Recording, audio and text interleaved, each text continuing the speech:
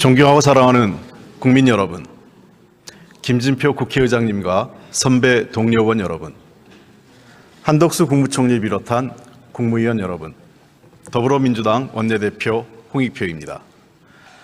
어느덧 21대 국회가 저물어갑니다. 문재인 정부에서 시작해서 윤석열 정부까지 여야가 자리를 바꾸며 경쟁하고 있습니다. 이 자리에 계신 의원님 모두 수고하셨습니다. 올해 여러분 모두의 건승을 기원드립니다. 존경하는 국민 여러분, 이제 총선이 50일 앞으로 다가왔습니다. 윤석열 정부 2년 만에 언론 자유를 비롯한 민주주의는 후퇴하고 경제와 민생은 파탄 직전입니다. 국격은 계속해서 추락하고 있습니다. 윤석열 대통령이 국민에게 약속했던 공정과 상식은 흔적도 찾을 수 없습니다. 윤석열 정부의 오만과 독선으로 정치는 타협과 합의의 기능을 잃은 채 극단적인 대립과 증오, 혐오에 포획되고 있습니다. 여기에 더불어민주당의 책임도 물론 있습니다. 지난 시기 저희는 국민이 보내주신 성원과 기대에 부응하지 못했습니다. 더불어민주당이 부족했던 점에 다시 한번 머리 숙여 사과드립니다.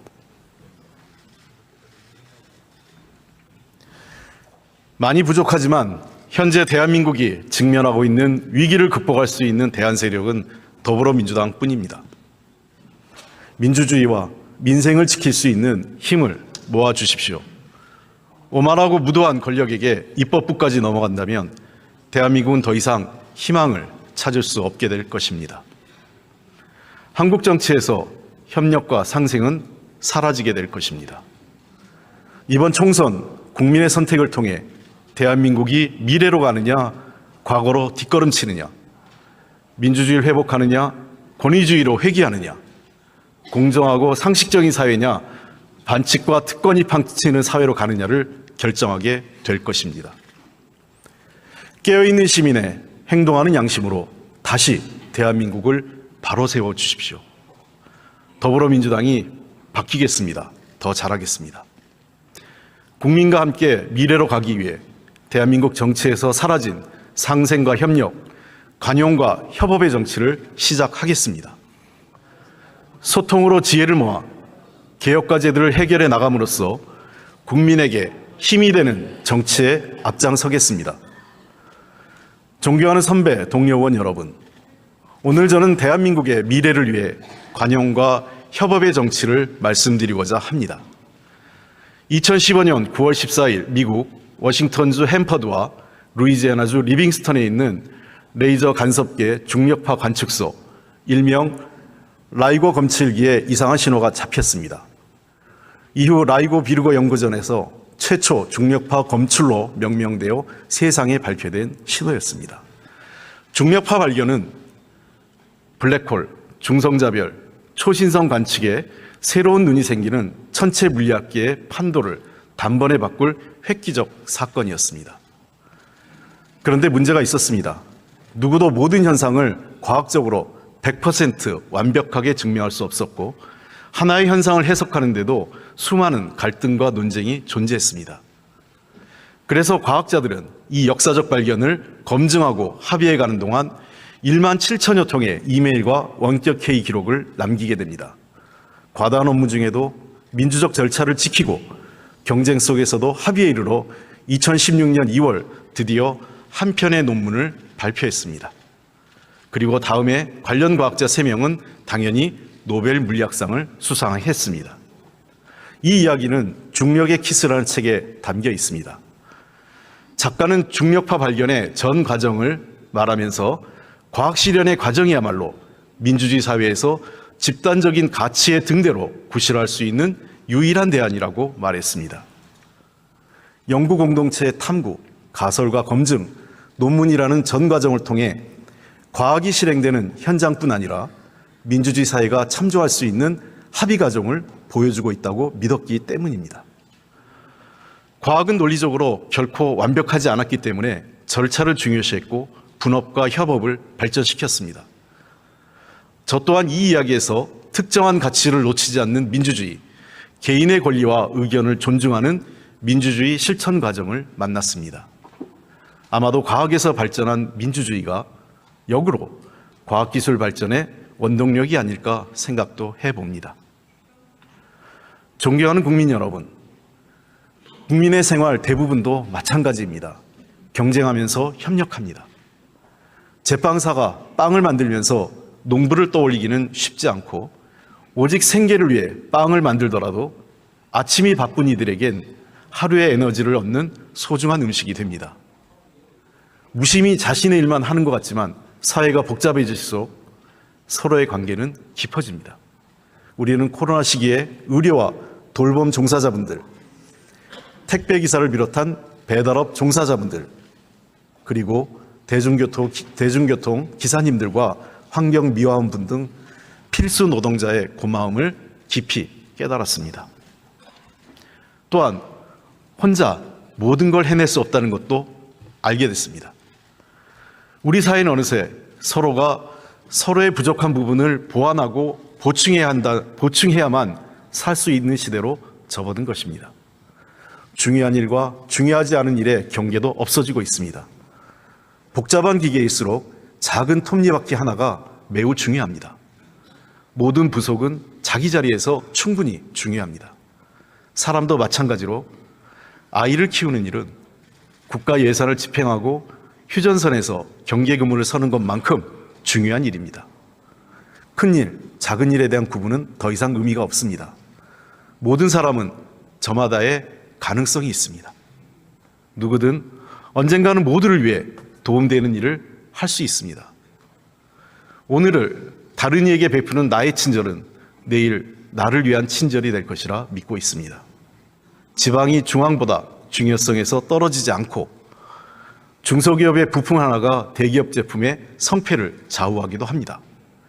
비정규직과 정규직이 하는 일은 모두 동등한 가치를 갖고 있고 노동자와 사용자가 협력해야 회사도 발전하게 됩니다. 아내와 남편, 부모와 자식, 구급공무원과 대통령이 서로 존중하고 의견을 나눠야 하는 시대가 된 것입니다. 소통하고 협력하는 것이 우선인 시대가 된 것입니다. 존경하는 선배, 동료원 여러분, 대한민국 정치는 아직 이 길에 다다르지 못하고 있습니다. 우리 정치는 상대를 인정하고 존중하는 것이 부족합니다. 상대가 했던 것은 아무리 좋아도 무시하고 우리가 하는 일은 문제가 많아도 잘 고치려 하지 않는다는 것입니다. 국민들께서 우려하고 질책하는 점입니다. 이제 정치도 바뀌어야 합니다. 정치에는 한 사회의 갈등과 대립이 집약되어 있습니다. 저는 여야의 갈등과 경쟁이 나쁘다고 생각하지는 않습니다. 당연한 일입니다. 단, 여기서 멈추는 것은 정치가 아닙니다. 갈등과 대립을 분열과 증오가 아닌 타협과 합의로 해결해내는 것이 정치의 숭고한 의무이자 본령입니다. 그러나 지금 정치는 서로를 조롱하며 극단으로 치달아 대화와 타협의 문을 닫는 나쁜 정치로 국민을 실망시키고 있습니다. 다른 의견을 존중하고 권력 행사를 자제하는 민주주의 규범이 무너지고 있는 것입니다. 권력의 마음에 들지 않으면 대화와 토론이 아니라 압수수색과 보복수사로 입을 틀어막는 일이 다반사입니다. 최근 우리 국민은 대통령에게 자신의 목소리를 냈다는 이유만으로 국회의원과 카이스트 졸업생이 입이 틀어막힌 채 사지가 들려 끌려나가는 참담한 모습을 확인했습니다. 이들이 외친 목소리는 국정기조를 전환하라, R&D 예산을 복원하라는 지극히 아주 상식적인 요구였습니다. 그런데도 이에 대한 대통령의 응답과 사과는 일체 없었습니다. 이 자리에 함께하고 계신 선배, 동료원 여러분, 이 모습이 과연 우리가 그토록 자랑스러워하던 대한민국의 민주주의라고 자신 있게 말할 수 있겠습니까? 오늘날 독재와 민주주의 지도자를 구분하는 기준은 비판에 대한 대응 방식이라고 많은 정치학자들은 지적하고 있습니다. 지금 남의 일이라고 애써 무시하고 회피한 문제가 곧 닥칠 미래의 나와 우리의 문제가 될 수 있다는 사실을 직시해야 합니다. 지금 우리가 겪는 민주주의 위기를 심각하게 직시해야 하는 것입니다.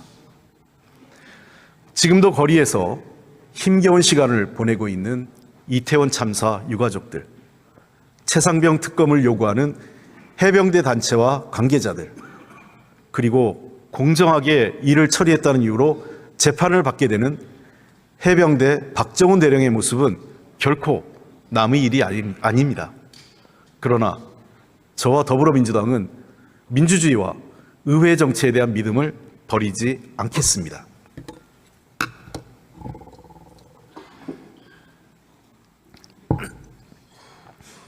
민주주의를 이룩한 위대한 대한민국 국민을 믿기에 무도하고 무능하고 무책임한 권력에 힘껏 맞서겠습니다. 더불어민주당은 국민과 함께 가야 할 길을 걷겠습니다.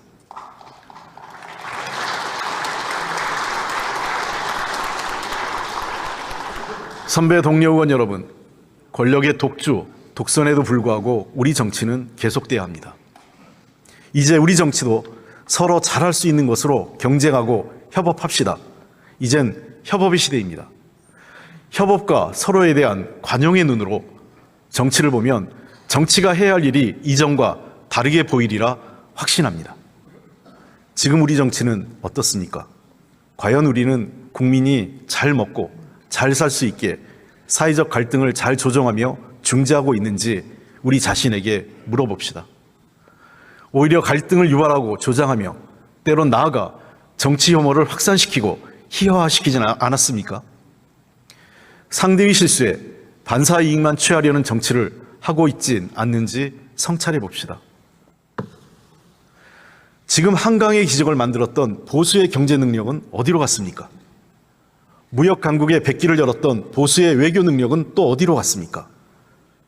군대의 기강도 이젠 인권과 민주주의 절차 안에서 바로 서는 시대가 됐습니다. 혹시 아직도 권위주의로 가능하다고 생각하시진 않습니까? 저는 진정으로 대한민국 경제를 살리고 국민 안전을 우선으로 둔다면 이 모두 보수정부, 보수정당이 잘할 수 있는 일이라고 생각합니다. 한반도 평화, 남북협력 역시 마찬가지입니다. 북방정책을 강력히 성공시켰던 과거 보수정부를 생각해 보십시오. 북방정책은 소련을 비롯한 공산권 국가들과의 국교 수립, 교류를 통해 북한과의 전쟁 위협을 상당히 완화시켰습니다. 당시 보수정부이기에 가능했습니다. 이제 다시 보수가 평화를 만드는 기적을 보여주시길 바랍니다.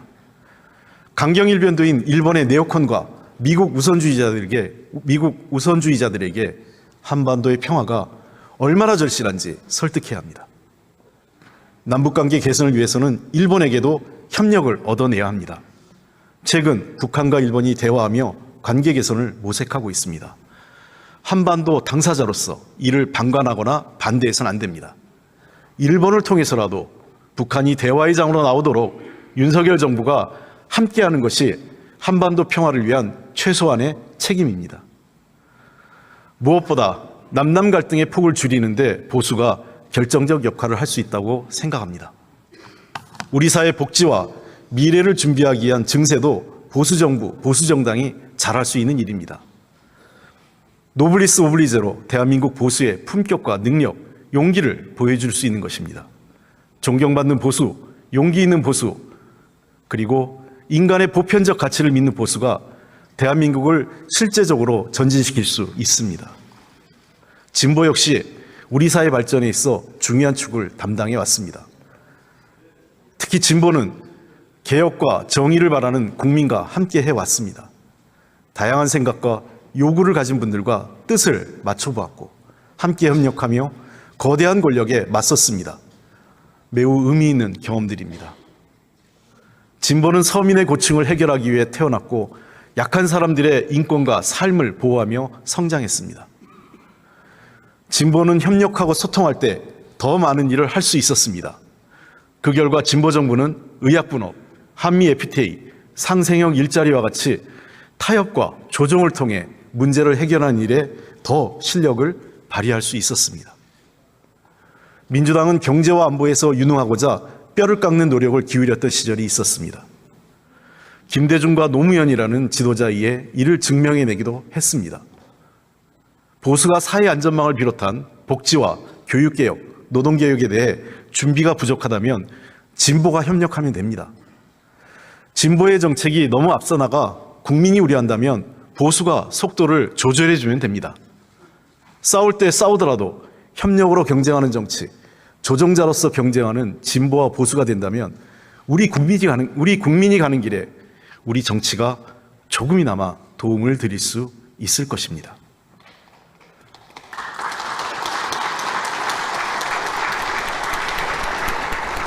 이제 여와 야, 진보와 보수가 국민에게 작은 희망을 주기 위해서라도 서로 경쟁하며 협업하는 시대를 열어갑시다.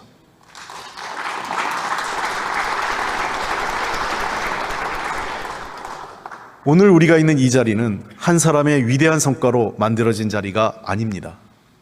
협력하고 하나로 뭉칠 수 있었던 우리 국민 모두의 힘으로 만들어진 자리입니다.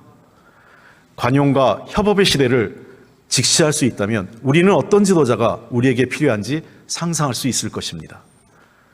독불장군식 독재로는 다양한 요구를 조화롭게 수용할 수 없습니다. 국민을 무시하고 겁박하고 수사만 하는 권력으로는 자발적인 협업을 이끌어낼 수 없습니다. 나만 옳다는 독선으로 1 더하기 1이 3이 되고 10 이상이 되는 협업을 만들어낼 수 없습니다. 이제 통치자는 더 이상 있을 수 없습니다. 선정을 베푸는 일방적, 시혜적 권력도 박물관으로 보내야 합니다. 국민을 가르치고 국민에게 지시하는 권력과 지도자가 아니라 국민 한 사람의 능력과 잠재력이 발휘되고 빛날 수 있도록 돕는 지도자가 필요한 시대입니다. 이제 우리 시대의 지도자는 전통적 리더십보다 파트너십을 중요하게 생각하는 지도자여야 합니다. 바로 3C형 리더십이 필요한 시기입니다. 첫째, 코퍼레이션, 협력입니다. 혼자가 아닌 협력으로 함께 일해야 합니다. 둘째, 코오디네이션, 조정입니다. 복잡한 사회의 다양한 요구와 갈등을 조정해내야 합니다. 마지막으로 커뮤니케이션, 소통입니다. 일방적 지시가 아닌 열린 자세로 경청해야 하는 우리 국민은 그런 지도자를 가질 자격이 넘치도록 충분합니다. 대한민국은 이제 세계 경제에서 매우 중요한 역할을 담당하고 있는 국가입니다. 자동차, 조선산업과 같은 전통적 제조업은 물론 ICT, 반도체 등 첨단 산업을 선도하고 있습니다. K-팝, K-드라마 등 우리 K-컬처는 세계의 많은 사람들로부터 사랑받고 있습니다. 또한 촛불혁명의 민주주의로 세계가 선망하는 국민의 나라이기도 합니다. 이 모두 위대한 대한민국 국민이 만들었습니다.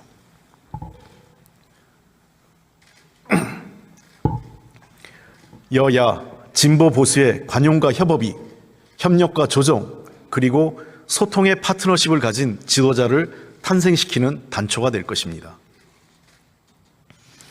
이번 임시국회에서 여야 협업의 씨앗을 뿌려 22대 국회에서 활짝 꽃 피어나길 진심으로 희망합니다.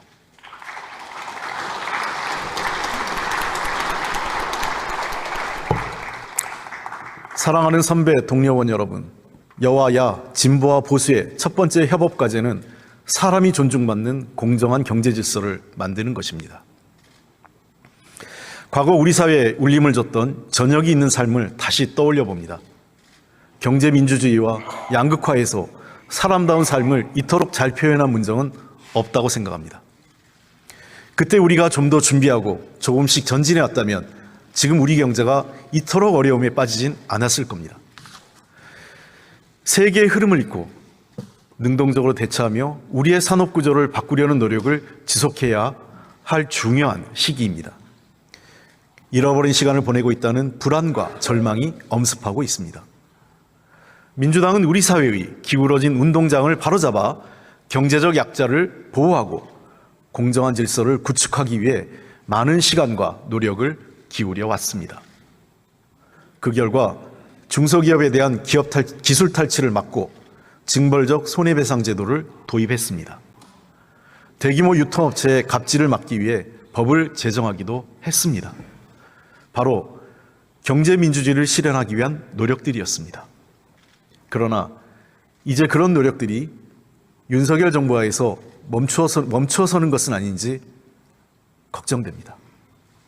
경제 침체의 원인을 세계 경제 탓만으로 돌리고 민생과 청년 예산, 소상공인 정책 자금과 모태펀드 예산을 대폭 삭감해 국민 각자 도생으로 책임을 떠넘기는 것이 윤석열 정부의 경제 정책이고 위기 해법입니까?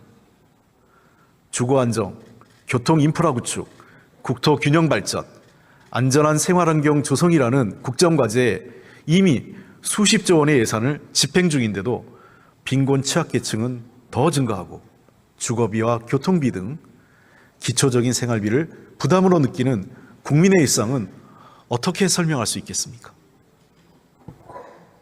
아직 특권 경제의 추억에서 벗어나지 못한 채 지속 가능한 경제에 대한 준비가 소홀한 것은 아닌지 진심으로 돌아보아야 할 때입니다. 다시 함께 노력해 봅시다. 중산층과 서민의 생활이 안정돼야 합니다. 일자리가 안정되어야 합니다. 일하는 사람을 직접 지원하는 정책을 실행해야 합니다. 주택, 의료, 교육에 대한 국가의 책임은 더욱 강화돼야 합니다. 노동의 유연성은 사회 안전망 확충과 함께 충분한 사회적 합의가 필요한 일입니다. 최저임금 보장과 노동시간 단축은 기업을 죽이는 일이 아니라 오히려 살리는 일입니다. 새로운 시대의 기업 경쟁력은 저녁이 있는 삶에서 비롯됩니다. 인간에 대한 신뢰를 기반으로 최소한의 삶과 품위가 지켜지도록 국가가 나서야 합니다. 모두 부자가 될 수는 없습니다. 그러나 모두 행복해질 수는 있습니다. 우리가 경제민주주의를 다시 이야기하는 까닭입니다. 국민의 경쟁과 욕망만을 부추기고 국가 역량을 소모하는 경제정책이 아니라 국민이 서로 협력하고 상생하는 경제정책으로 돌아가야 합니다. 대한민국의 미래를 위한 저와 여러분의 첫 번째 협업 과제인 것입니다.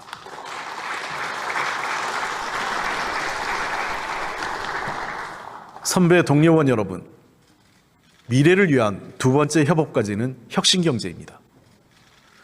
과거의 경제발전 패러다임으론 더 이상의 발전은 물론 생존도 장담할 수 없습니다. 관치경제와 낙수효과라는 낡은 관점과 이념으로 다양한 이해관계가 얽히고 글로벌화된 대한민국 경제를 이끌어갈 수는 없습니다. 이제 그런 시대는 끝났다는 것을 인정해야 합니다. 새로운 분야의 도전은 언제나 우리에게 호재입니다. 대한민국 경제 규모와 과학기술, 국민의 능력을 보면 우리가 뒤처질 경우 어떠한 변명도 있을 수 없습니다. 이제 우리가 준비한 만큼, 노력한 만큼 앞서 나갈 수 있습니다. 우리가 어떤 방향으로 어떻게 하느냐에 따라 새로운 산업의 선도 국가가 될 수 있습니다. 우리가 표준을 만들고 협업 시스템을 만들어낼 수 있습니다. 우리는 수소경제에서 그 단초를 보았고 우리 기업들이 잘 준비하고 있다는 것도 확인했습니다. 정치가 잘 협력하고 제대로 지원만 한다면 우리 기업은 더 많은 성과를 이루어낼 수 있을 것입니다. 현재 인공지능이 혁신을 주도하고 있습니다. 고도화된 기술을 바탕으로 곧 글로벌 경제 성장의 새로운 모멘텀이 될 것입니다. 국내에서도 2022년 기준 인공지능 매출액은 4조 원에 달하며 연 42.7%의 성장률을 보이고 있습니다. 인공지능 기업은 2천여 개에 달하고 종사자는 4만여 명으로 빠르게 성장하고 있습니다. 챗 GPT 등장 이후 국내 기업들 역시 초거대 인공지능 플랫폼 개발 경쟁에 본격 참여하면서 많은 성과를 거두고 있습니다. 중소 스타트업 기업은 초거대 인공지능 플랫폼을 이용하여 특화 영역에서 전문 인공지능 서비스를 출시하고 있습니다. 클라우드는 인공지능 산업의 핵심 인프라입니다. 글로벌 빅테크 기업들은 대규모 자본과 기술력을 기반으로 민간 영역에서 초거대 인공지능 인프라 기업으로 변신 중입니다. 그러나 국내 시장은 아직 글로벌 클라우드 기업이 지배적 지위를 차지하고 있지만 국내 플랫폼 기업과 통신사들도 이에 대항해 클라우드 산업을 강화해가고 있습니다. 인공지능은 기술 패권, 국가 안보와도 직결됩니다. 인공지능, 클라우드, 산업계 전반에 민간 투자를 촉진해야 할 이유이기도 합니다. 초고속, 저전력, 저비용의 국산 인공지능 반도체를 기반으로 하는 풀스택 전략을 강화해야 할 시점입니다. 여야가 힘을 모아 과감한 정책 지원을 통해 독자적 초고대 인공지능과 클라우드 인프라를 확충해야 합니다.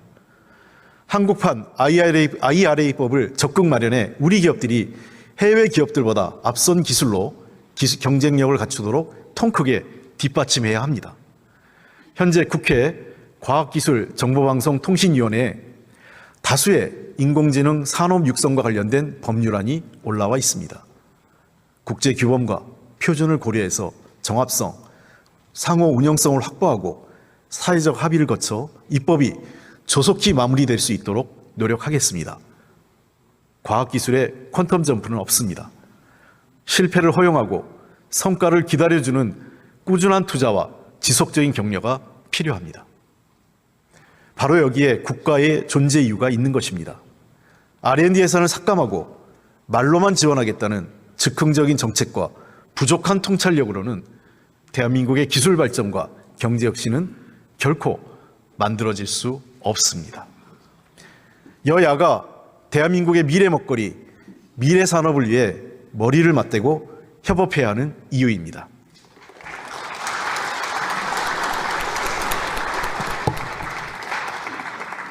선배 동료 의원 여러분, 미래를 위한 세 번째 협업 과제는 전 세계적으로 심각해지고 있는 기후위기에 대한 효과적인 대응입니다. 윤석열 정부 들어 기후위기 대응과 친환경 산업이 계속 후퇴하고 있는 것에 대해 많은 전문가들도 큰 우려를 제기하고 있습니다. 지난해 대한민국 기후변화 대응 순위는 67개국 가운데 64위입니다. 우리 뒤에 중동 지역의 산유국만 있다는 점을 감안하면 사실상 꼴찌인 셈입니다. 참담한 성적표가 아닐 수 없습니다. 우리의 2022년 재생에너지 발전 비중은 7.7%로 OECD 국가 가운데 꼴찌입니다. 세계는 재생에너지 비중을 빠르게 확대하고 있는데 우리만 거꾸로 가고 있습니다. 2023년 태양광 설치 용량을 보면 중국이 240기가와트, 미국 33기가와트, 독일 13기가와트인데 우리는 2.7기가와트에 불과한 실정입니다. 정부의 재생에너지 정책 후퇴로 관련 산업의 일부 공장은 가동이 중단되고 국내 태양광 산업 전반에 피해가 확산되고 있습니다. 재생에너지, 친환경 산업을 정쟁거리로 전락시킨 이유는 여전히 의문입니다. 지난 정부 정책을 묻지마 폐기하기 위해 친환경 산업을 후퇴시킨다는 건 더더욱 말이 되지 않습니다. 제28차 UN 기후변화협약 당사국 총회는 최초로 탈화석 연료로 전환하자는 결정문을 채택했습니다. 2030년까지 재생에너지 발전 설비 용량을 3배 늘려야 한다는 구체적인 목표까지 제시하였습니다. 재생에너지 산업에서 뒷걸음질 치던 윤석열 정부와 국내 경제의 발등에 불이 떨어진 것입니다. 이제 대한민국은 경제 선진국으로서 국제적 규범을 준수해야 할 뿐 아니라 재생에너지 확대에 보다 신속하고 체계적으로 대응해야 합니다.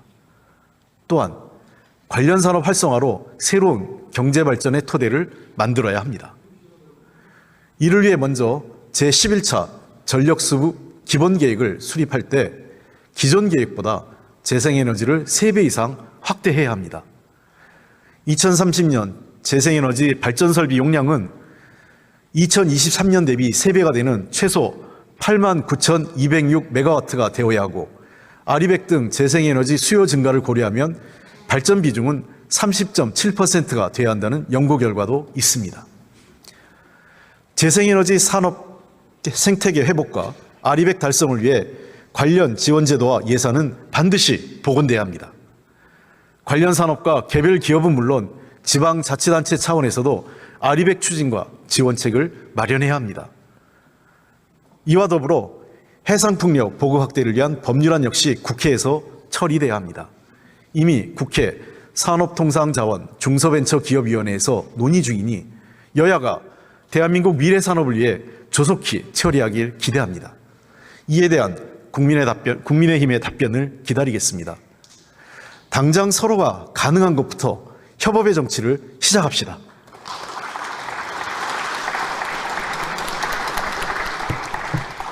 존경하는 국민 여러분, 선배 동료 의원 여러분, 여야 진보 보수의 협업을 위한 네 번째 과제는 저출생 대책을 시급히 마련하는 것입니다.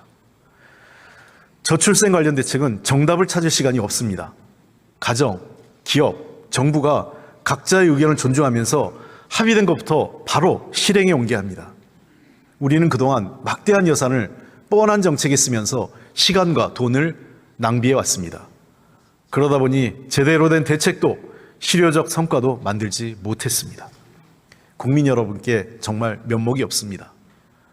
이제 익숙한 실패의 관성에서 벗어나 틀을 깨는 과감한 발상의 전환이 필요합니다. 현재 정부의 저출산 고령사회위원회 부위원장과 상임위원 등 정부위원 9명 중 여성가족부 장관을 제외한 8명이 5, 60대 남성 1세입니다. 운영위원 9명 중 8명도 마찬가지입니다. 왜 청년들이 결혼하지 않고 아이를 낳지 않는지 현실을 제대로 알지 못한 채 탁상공론만 반복할 수밖에 없는 구조입니다. 국가전립과 관련된 이 문제에 대해선 지금보다 훨씬 과감하고 세심해져야 합니다. 국민의힘은 지난 1월 저출생 대책 공약을 발표했습니다. 기존보다 진전된 정책을 제시한 점 매우 환영합니다. 그동안 민주당이 제안해온 정책과 유사한 점도 많습니다. 아빠들의 출산 휴가를 1개월로 확대하고 육아휴직급여 상한액을 인상하며 유급 자녀 돌봄 휴가를 신설하자는 공약은 민주당의 공약과 대동소이하다는 점에서 서로 공감대를 형성할 수 있는 정책들입니다. 특히 엄마 아빠의 육아휴직을 신청만으로 자동 개시하도록 법을 개정하자는 공약은 기존에 민주당이 발표한 공약과 똑같은 내용입니다. 단 국민의힘이 제시한 공약은 실현 가능성을 보다 높이기 위해 보완할 점이 몇 가지 있습니다. 현재 배우자 출산휴가제도 활용 실적이 9.3%에 불과합니다. 따라서 민주당은 배우자 출산휴가 기간을 늘림과 동시에 사용자에게 고지만으로 사용할 수 있도록 하고 그 대상도 사실혼 관계까지 넓히도록 제안한 바 있습니다. 또한 육아휴직 급여는 기준에 대한 개선 없이 상한액만 인상할 경우 최저임금을 받는 저임금 근로자들은 오히려 역차별 가능성이 있어 보완이 필요합니다. 더불어민주당은 중소기업 노동자 출산, 육아, 워라밸 프리미엄으로 월 정액 50만 원을 추가 지원하는 대안을 제시한 바 있습니다. 또한 자녀 돌봄 휴가 신설뿐 아니라 가족 돌봄 휴직 사유에 자녀 양육을 추가하자고 제안했습니다. 그럼에도 양당 사이 정책에 큰 이견이 별로 없습니다. 우리 약속만 하지 말고 신속히 행동으로 옮기자고 오늘 이 자리에서 다시 한번 정식으로 제안드립니다.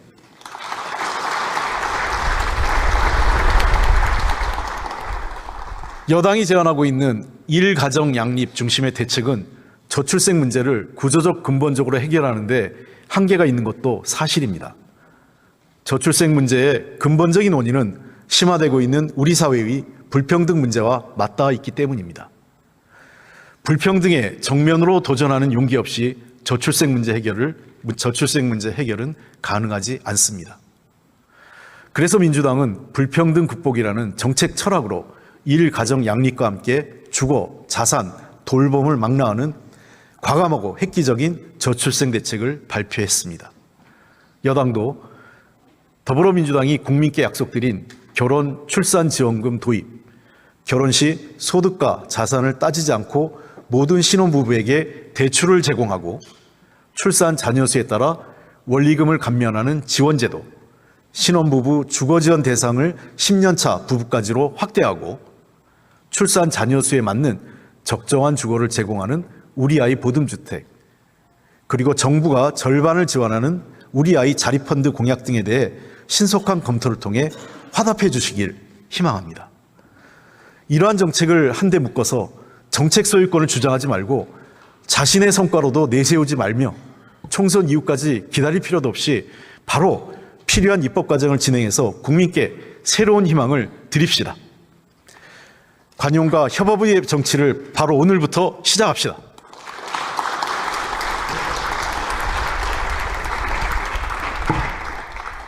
여와야 진보와 보수의 협업이 저출생 정책을 통해 22대 국회로 이어진다면 우리 21대 국회의 가장 큰 성과로 남을 것입니다.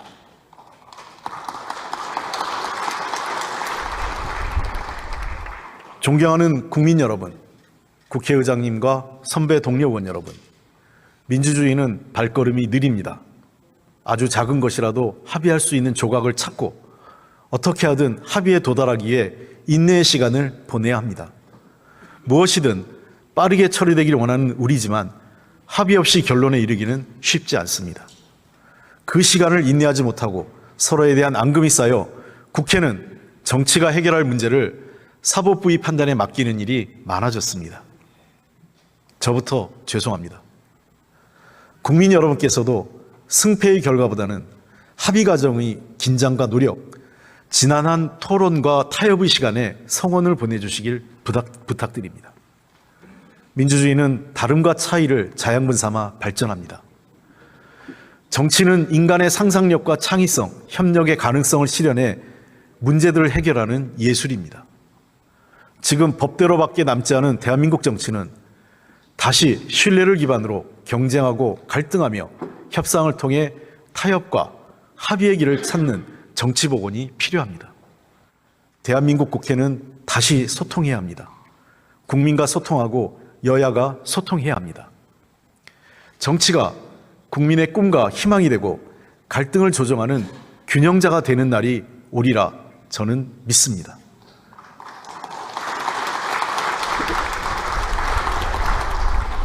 윤석열 정부의 무책임과 미숙함에도 아직까지 국가 시스템이 무너지지 않고 있는 것은 우리 국민들의 성숙한 민주적 참여의식 덕분입니다.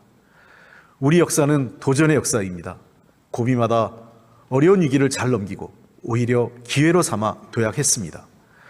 국민의 저력이 만들어낸 기적이었습니다. 존경하는 선배 동료 의원 여러분, 다시 한번 호소드립니다. 이제 여야와 진보 보수를 떠나 정치가 관용적 태도를 바탕으로 협업을 통해 미래를 준비해야 합니다. 우린 할 수 있습니다. 더불어민주당이 시작하겠습니다. 모두와 함께 하겠습니다. 경청해 주셔서 감사드립니다.